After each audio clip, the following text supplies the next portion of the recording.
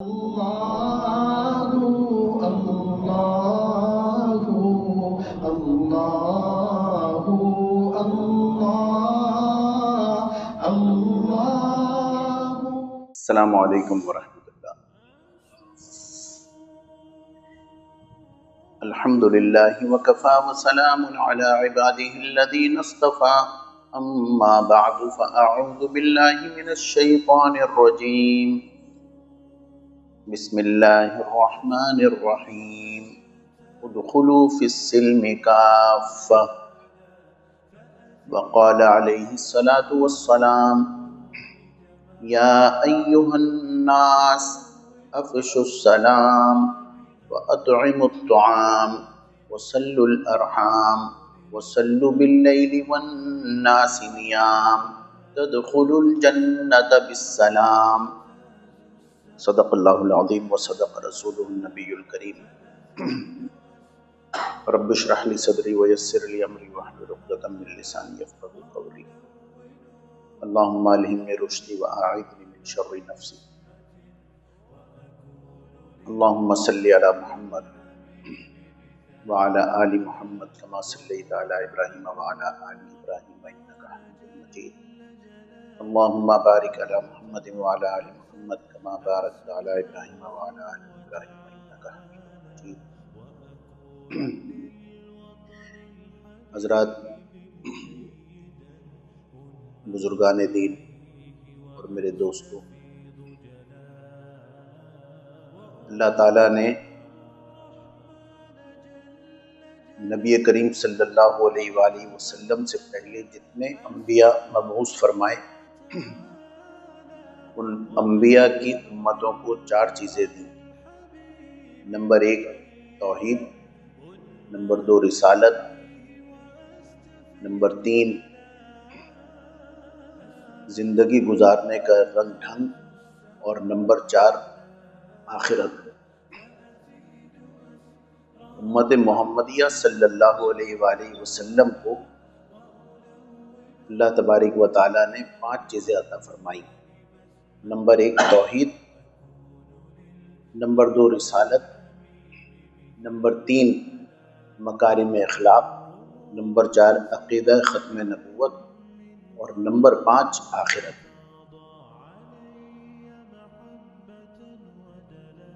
انبیاء میں ایک چیز مشترک، دعوت الی اللہ، اللہ کی طرف دعوت دینا، لوگوں کو اللہ کی طرف بلانا اور گناہوں سے بچنے کی تلقین. آپ صلی اللہ علیہ وآلہ وسلم کو اللہ تبارک و تعالیٰ نے جو معجزات عطا فرمائے، ان میں ایک معجزہ ہے، خود آپ صلی اللہ علیہ وسلم نے فرمایا جوامع الکلم اللہ نے مجھے بنایا، یعنی مختصر باتیں اور اس کی تشریحات، تفسیرات طویل ترین، کہ ایک ایک بات میں کتابیں بھری ہوئی ہیں. ایک صحابی آئے، انہوں نے پوچھا یا رسول اللہ، میں بہت زیادہ، یہ دیہاتی تھے، میں بہت زیادہ نہ نمازیں پڑھ سکتا ہوں نہ اور عبادت میرے بس کی ہے، آپ مجھے مختصر سی ایک بات بتا دیجئے کہ میں وہ لے لوں اور بس میں اس کے اوپر پھر قائم رہوں اور کامیاب ہو جاؤں. آپ صلی اللہ علیہ وآلہ وسلم نے فرمایا قل آمنت باللہ، کہو کہ میں ایمان لایا اللہ پر، ثم استقم، اور پھر اس کے اوپر جم جاؤ. ظاہر صحابہ عربی دان تھے، اور دیہاتیوں کی تو عربی بھی بہت ثقیل ہوتی تھی، تو وہ حیرت میں پڑ گئے اور دیکھتے رہے آپ صلی اللہ علیہ وسلم کو. اور پھر جب کسی نے پوچھا کہ تمہیں اتنی حیرت کیوں ہوئی ان 2 لفظوں پہ، تو ان صحابی نے کہا کہ رسول اللہ صلی اللہ علیہ وسلم نے گویا کہ مجھے قید کر دیا، میرے نکلنے کا راستہ نہیں ہے، کہ ایمان لانے کے بعد اس کے اوپر جم جانا، اس کا مطلب یہ بہت بڑا کوئی کام ہے. میں پہلے بھی عرض کر چکا، سورہ ہود میں ایک آیت ہے جس کا مفہوم ہے کہ آپ جمے رہیے اور اپنے اصحاب کو بھی اس کے اوپر لے کے آئیے. تو آپ صلی اللہ علیہ وسلم نے فرمایا کہ مجھے سورہ ہود کی اور اس میں اس آیت میں جو ذکر اللہ نے فرمایا اس نے مجھے بوڑھا کر دیا، اور بعض روایت میں سورہ ہود اور اس کی بہنوں، اس کی جیسی اور دوسری آیات نے، سورتوں نے مجھے بوڑھا کر دیا۔ اس کا مطلب سخت چیز ہے یہ میرے دوست۔ تو جو آپ صلی اللہ علیہ وآلہ وسلم کو دین دیا گیا اور جو دین ہم تک پہنچایا، اس میں ہر طبقے کے لوگ ہیں۔ خود صحابہ کرام رضوان اللہ علیہم اجمعین میں مختلف طبیعتوں کے صحابہ، کچھ ذوق کی باتیں ہیں۔ ذوق یعنی طبیعت کو پسند آنے والی چیزیں۔ آپ صلی اللہ علیہ وسلم نے ایک مرتبہ یہ فرمایا، قافلہ جا رہا تھا، آپ نے فرمایا کہ کوئی نماز نہ پڑھے یہاں تک کہ بنو قریظہ میں پہنچ جائیں۔ عصر کی نماز کوئی نہ پڑھے۔ صحابہ روانہ ہوئے ہیں اور کچھ صحابہ نے دیکھا کہ عصر کا وقت جا رہا ہے اور اب ہماری نمازیں نکل جائیں گی۔ ان کے ذہنوں میں تھا کہ وقت پر اللہ نے نمازیں فرض کی ہیں تو ہم نماز پڑھنے، نماز نہ چلی جائے کہیں، یہی تو اصل دین ہے۔ بس انہوں نے نماز پڑھ لی۔ کچھ صحابہ نے آپس میں مشورہ کیا کیا کریں، تو ایک صحابی نے کہا وہ جو آگے جا رہے ہیں وہ کون ہیں؟ کہ محمد ہیں صلی اللہ علیہ وسلم۔ انہوں نے کہا ہمیں تو انہوں نے بتایا، اللہ کی ذات کا تعارف انہوں نے کروایا، فرائض انہوں نے بتائے، نمازیں انہوں نے بتائیں۔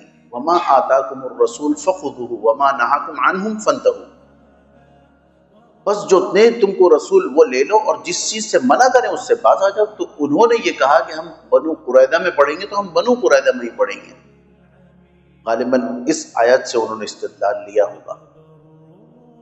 بہرحال دونوں طبقات پہنچے تو ان صحابی نے یہ بھی کہا کہ اب انہوں نے چونکہ یہ کہا ہے کہ ہم بنو قریظہ میں جب تک نہ پہنچ جائیں نماز کوئی ادا نہ کرے تو ہم تو ادا نہیں کریں گے۔ تو کچھ صحابہ کی جماعت ان کے ساتھ ہو گئی۔ یہ وہاں پہنچے ہیں تو جس طبقے نے نماز نہیں پڑھی تھی انہیں فکر ہوئی کہ جس نے نماز پڑھ لی وقت پر ان کے درجات بڑھ گئے ہوں گے۔ یہ آپ صلی اللہ علیہ وسلم کی خدمت میں حاضر ہوئے اور انہوں نے عرض کیا یا رسول اللہ، ایک جماعت ایسی ہے جس نے نماز ادا کر لی اپنے وقت میں، حالانکہ آپ نے منع فرمایا تھا۔ آپ صلی اللہ علیہ وسلم نے مسکراتے ہوئے کہا بہت اچھا کیا۔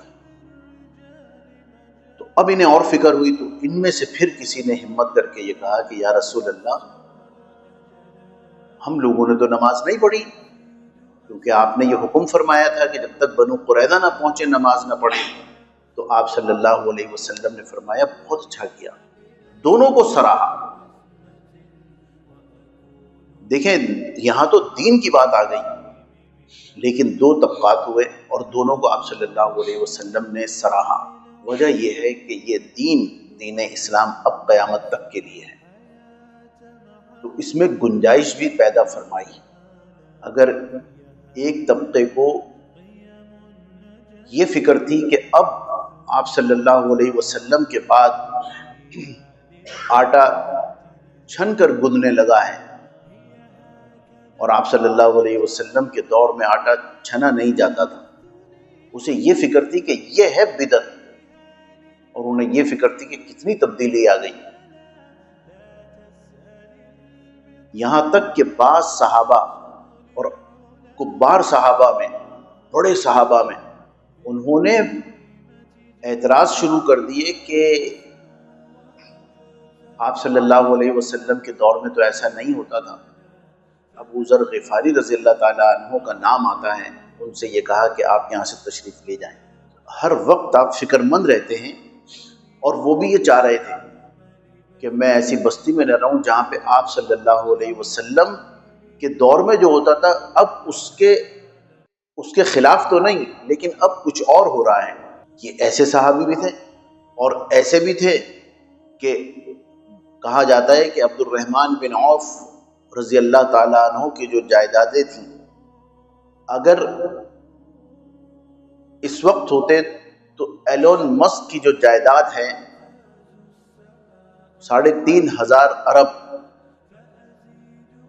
یہ اتنی جائیداد والا ان کی جیب میں ایک سکے کی طرح ایک کونے پہ پڑا ہوا ہوتا.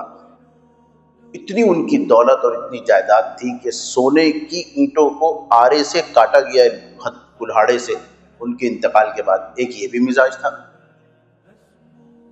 تو یہ باتیں میں اس لیے عرض کر رہا ہوں میرے دوستوں، کبھی کبھی ہم کچھ باتیں سنتے ہیں تو پھر ہمیں یہ ہوتا ہے کہ ہمارے تو کپڑوں پہ پیوند بھی نہیں ہے، ہم تو بہترین ملبوس ہیں، ہمارے پاس تو بہترین گاڑی ہے. کوئی بات نہیں، اگر دل میں دنیا نہیں ہے میرے دوستو، پوری دنیا بھی اگر مل جائے نا تو کوئی عیب اور کوئی برائی نہیں ہے. یہ دنیا دار الاسباب ہے.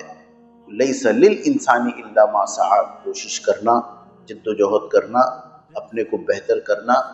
مال و دولت ہوگی تو حج کرے گا، عمرے کرے گا، لوگوں کی مدد کرے گا، شادیاں کروائے گا، زکوٰۃ دے گا، صدقات دے گا، مسجدیں بنوائے گا.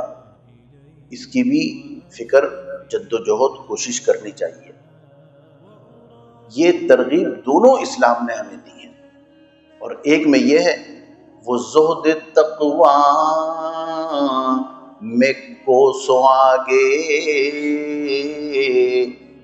جو سب کی منزل وہ اس کا جادہ. یعنی آپ صلی اللہ علیہ وسلم سے زیادہ زہد میں کوئی آگے اب قیامت تک ہو نہیں سکتا، نہ کوئی اس سے پہلے ہوا ہوگا. اور یہ بات بالکل پکی ہے کہ اس سے پہلے بھی کوئی نہیں ہوا، اس لیے کہ یہ کتاب میں لکھا ہے موطا امام مالک میں کہ عیسیٰ علیہ السلام کا جو زہد تھا اس سے بھی آپ صلی اللہ علیہ وسلم کا زہد کوسوں آگے تھا، بہت آگے تھا. اور عیسیٰ علیہ السلام کا زہد کیا تھا کہ دیکھا کہ ایک شخص ہاتھ سر کے نیچے رکھے ہوئے سو رہا ہے تو انہوں نے اپنا تکیہ بھی دے دیا. کسی کو دیکھا پانی پی رہا ہے ہاتھوں کا پیالہ بنا کے، تو اپنے پاس جو چھوٹا سا ایک پیالہ تھا وہ بھی دے دیا کہ کیا ضرورت ہے جب پیالہ ہے. یہ بھی کیفیت تھی. اور ایک یہ بھی کیفیت تھی کہ سلیمان علیہ السلام بھی نبی ہیں. یہ جا رہے ہیں قالین کے اوپر. آج بڑے سے بڑا جہاز 600 افراد کو لے کے سوار ہو کے ہوا میں اڑتا ہے. یہ لکھا ہے 5,000 لوگ اس کے اوپر سوار ہوتے اس قالین پہ. وہ ہوا میں تھا. نیچے سے ایک شخص نے دیکھا، سمجھتا تھا کہ یہ سلیمان علیہ السلام کی سواری ہے. اس نے ایک دفعہ کہہ دیا سبحان اللہ. ہوا ان کے تابع تھی. انہوں نے ہوا سے کہا کہ اس نے جو کہا ہے وہ پیغام مجھے پہنچاؤ. ہوا نے پہنچایا، سبحان اللہ کہا ہے اس نے. انہوں نے اسی وقت اپنے قالین کو حکم دیا کہ نیچے اس کے پاس اترو. قالین لینڈ کیا ہے اور انہوں نے پوچھا ہے اس شخص سے کہ تو نے کیا کہا؟ تو کہا میں نے سبحان اللہ کہا. کہ اللہ کی قسم، میں جس سواری پہ سوار ہوں اس سے زیادہ عظمت والا کلمہ تو نے کہا ہے، یعنی اس سے کہیں بڑائی ہے اس میں. تو بہرحال میرے دوستو، ایک یہ بھی نبی تھے. ایک بزرگ کھانا کھا رہے تھے، انہوں نے پانی ڈال دیا تو کہا کہ فلاں بزرگ جو ہے وہ تو خالص کھانا کھا رہے ہیں، گوشت کھا رہے ہیں، آپ نے پانی ڈال دیا. انہوں نے کہا کہ کہیں ایسا نہ ہو لذت کی وجہ سے زیادہ کھانا کھا لوں اور پھر عبادت میں خلل پڑ جائے. اور جنہوں نے خالص کھانا کھایا ان سے پوچھا تو انہوں نے کہا کہ میں نے خالص اس لیے کھایا کہ میں اللہ کا دل سے شکر ادا کروں کہ اللہ نے اتنی بہترین نعمت دی ہے. یہ دو طبقات ہیں میرے دوستوں. یہ بات پتہ نہیں کیوں میرے ذہن میں آ گئی. عام طور پہ آج کل اس کا چرچا بھی بہت ہے کہ جس کو ذرا حیثیت والا دیکھ لیا اس کو یہ کہا کہ بنتے بڑے اللہ والے ہیں. لیکن دیکھو بہرحال بدگمانی بھی نہیں کرنی. رمضان مبارک آ رہا ہے میرے دوستو. رمضان میں جو تیاری ہے، آپ نے سنا ہوگا اکثر کہ گھر کی خواتین یہ ذکر کرتی ہیں کہ عید کے لیے کپڑے بنا لیں یا عید کے لیے نئی بیڈ شیٹ لے آئیں. عید کی تیاری کر رہی ہیں. جس طرح میرے دوستو عید کی تیاری ہوتی ہے نا، اس سے پہلے رمضان کی تیاری ہے. کوئی وجہ ہے جو آپ صلی اللہ علیہ وسلم نے یہ دعا فرمائی، اللہم بارک لنا فی رجب و شعبان، برکت عطا فرمائیے رجب و شعبان میں اور رمضان میں عافیت کے ساتھ پہنچا دیجیے. اس کا مطلب یہ ہے کہ یہ اتنا بڑا ایک مہینہ آ رہا ہے کہ رسول اللہ صلی اللہ علیہ وسلم امت کو یہ سکھا رہے ہیں کہ پورے سال تم نے جو کام کیے ہیں، اب یہ مہینہ آ رہا ہے، اس میں داخلے کی دعا کر لو تاکہ جو بگڑے ہوئے کام ہیں ان کو تم صحیح کر لو اور اللہ کی نظروں میں تم کسی قابل بنو۔ یہ ہے اصل میں رمضان کا پیغام، رمضان کی تیاری۔ رمضان کی تیاری میرے دوستو یہ ہے کہ اپنے دلوں کو صاف کرنا۔ ذوالنون مصری رحمۃ اللہ علیہ کشتی میں سوار تھے، جا رہے تھے، برابر سے کشتی گزری جس میں ڈانس ہو رہا تھا، ناچ گانے ہو رہے تھے۔ آج بھی اگر آپ بعض ممالک میں جائیں تو وہ کروز چلتے ہیں اور اس کے اندر یہ میوزک ہوتے ہیں، تو وہ اسی طرح کا کوئی کشتی جا رہی تھی۔ لوگوں نے، مریدین نے کہا ذوالنون مصری رحمۃ اللہ علیہ سے کہ آپ ان کے لیے دیکھیں کتنے ناہنجار لوگ ہیں کہ یہ گانے بجانے کی محفل ہے، انہوں نے خشکی تو خراب کی ہوئی تھی، اب پانی بھی خراب کر رہے ہیں اللہ کی نافرمانی سے۔ حضرت ذوالنون مصری رحمۃ اللہ علیہ نے ہاتھ اٹھائیں اور یہ کہا ہے کہ اے اللہ، جس طرح آپ نے انہیں ہنستا کھیلتا اس دنیا میں رکھا ہے، آخرت میں بھی آپ اسی طرح ہنستا کھیلتا انہیں اٹھائیے۔ یہ میرے دوستو یہ اللہ والے تھے کہ ایک شخص کو یہ دل میں گمان ہوا کہ عبداللہ بن مبارک رحمۃ اللہ علیہ کی لوگ بڑی معتقد ہیں، ادب کرتے ہیں، ان کے سامنے بولتے نہیں ہیں، کندھے جھکا کے بیٹھتے ہیں، نمازیں ہم بھی پڑھتے ہیں وہ بھی پڑھتے ہیں، روزہ ہم بھی رکھتے ہیں وہ بھی رکھتے ہیں، زکوٰۃ وہ بھی دیتے ہیں ہم بھی دیتے ہیں، حج اور عمرہ وہ بھی کرتے ہیں ہم بھی کرتے ہیں، اخلاق ان کے بھی اچھے ہیں ہمارے بھی اچھے ہیں، پھر ان کو یہ مقام کہاں سے مل گیا؟ وقت گزر گیا، ایک مرتبہ اسی شخص کے دل میں یہ خیال آیا کہ لوگ انہیں برکت کے لیے اپنے گھر بلاتے ہیں، میں بھی انہیں برکت کے لیے اپنے گھر بلاؤں، لہٰذا دعوت دی کھانے کی۔ عشاء کی نماز جماعت سے ادا کر کے یہ گھر آئے ہیں، کھانا کھانے کے لیے بیٹھے ہیں، چراغ گل ہو گیا، چراغ بجھ گیا، چراغ کا انتظام ہوا، چراغ جلایا گیا۔ جب چراغ جلا ہے تو اس شخص نے حضرت عبداللہ ابن مبارک رحمۃ اللہ علیہ کے چہرے کو دیکھا تو چہرہ بہت افسردہ، کیا اتنا نورانی چہرہ تھا، کیا افسردگی اور آنسوؤں سے بھری ہوئی آنکھیں، داڑھی تک لڑیاں بہہ رہی ہیں۔ باہر اس نوجوان نے ان سے پوچھا کہ حضرت کیا ہوا، خیریت؟ ابھی تو آپ بہت حشاش بشاش تھے۔ کہنے لگے جب چراغ گل ہوا تو قبر یاد آ گئی اور وہ قول یاد آیا حضرت علی کا، من قلت الذات و وحشت الطریق و بعد السفر، وہاں پر بھی جانا ہے۔ اسلام کا سب سے انقلابی عقیدہ عقیدہ آخرت ہے میرے دوستو۔ جس کو یہ پتہ ہو کہ ہمیں جانا ہے، پتہ ہو یا نہ ہو، یہ تو ایک ایسی کڑوی گولی ہے جو کھانی ہے۔ بس جس کو اس کا استحضار رہنا چاہیے تو اس کی دنیا میں بھی وہ یہ سوچے گا کہ کل مجھے اللہ کے سامنے کھڑا کرنی ہے، پھر معاملات بھی اچھے ہوں گے، پھر عبادات میں بھی مزہ آئے گا۔ یہ ہے رمضان کی اصل تیاری کہ اپنے دلوں کو صاف کرنا۔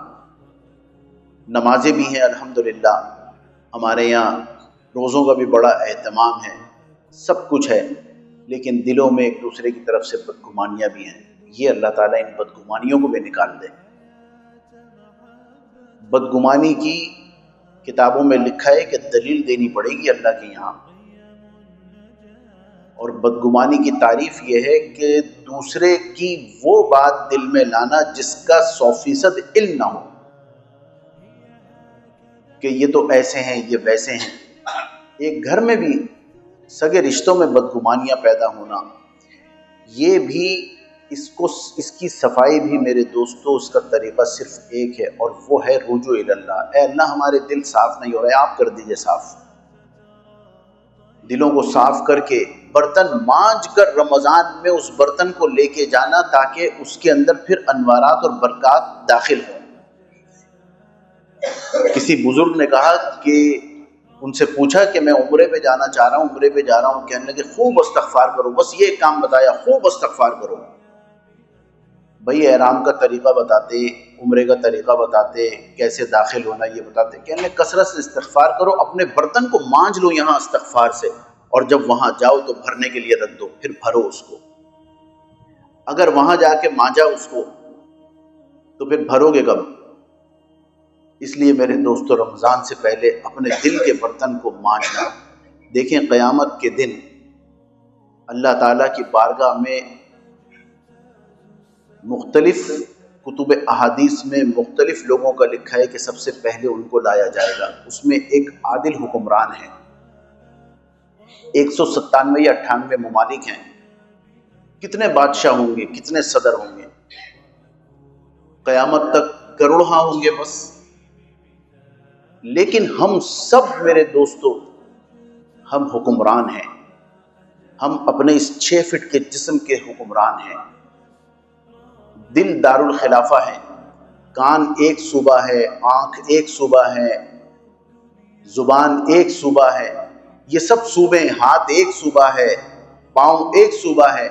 اور دلیل کیا ہے؟ الیوم نختم علی افواہہم وتکلمنا ایدیہم وتشہد ارجلہم بما کانوا یکسبون. جو کچھ تم کرتے رہے ہو تمہارے منہ پر مہر لگا دی جائے گی. حضرت حکیم الامت رحمۃ اللہ علیہ سے کسی نے پوچھا کہ حضرت،